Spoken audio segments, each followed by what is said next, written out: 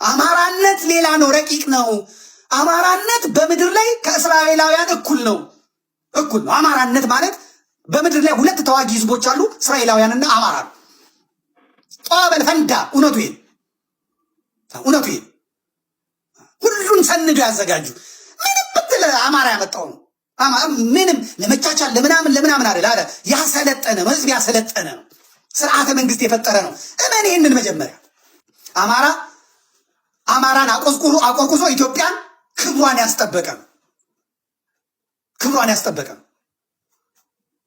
አማራ እንደ ትግሬ 27 ዓመት ትግሬዎቹ እንዳደረጉት ወገኔን፣ የኔን ህዝብ፣ የኔን ሰው ብሎ ቢያደርግ ኖሮ ዛሬ የለም ነበር። የአማራ ገዢ መንግስት ነበር ከተባለ 86 ብሔሮች ከነቋንቋቸው፣ ከነፊደላቸው፣ ከነባህላቸው፣ ከነወጋቸው፣ ከነስርዓታቸው፣ ከነአምልኳቸው፣ ከነኢሬቻ፣ ከነቆይቻ፣ ከነቋቁቻው ማንኛውም ሰው የራሱን ይዞ እንዲቀመጥ ያደረገ እንደ ፈረንሳይ ያጨፈለቀ፣ እንደ አውሮፓውያኑ እንደ አሜሪካን ያልጨፈለቀ፣ እንደ ሌሎቹም ያልጨፈለቀ 86 ብሔረሰብ ራቁቱን የሚኖረው ራቁቱን ምንም የሚኖረው እንዲኖር ያደረገ ነው። አማራነት ያ ነው።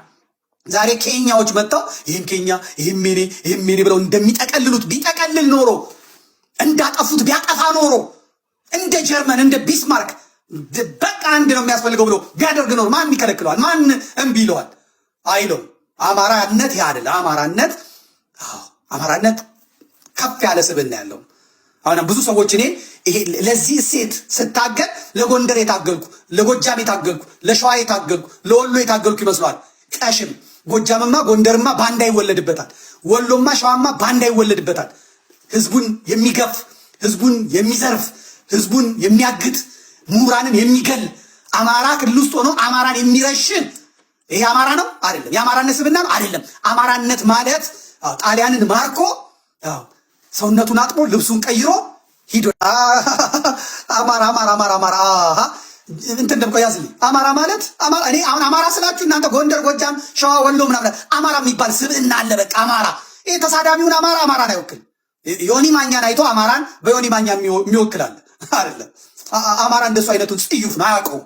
እንደሱ አይነቱ ይሸተዋል። አማራ ይገመዋል፣ ይከረፈዋል፣ ይጠነበዋል። አማራ በሞጣ የሚወክል አይደለም።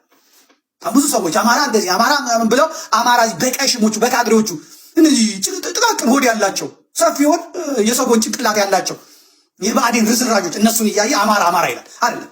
አማራ በካሃዲ በባንዳ ብአዴን የሚለካ አይደለም።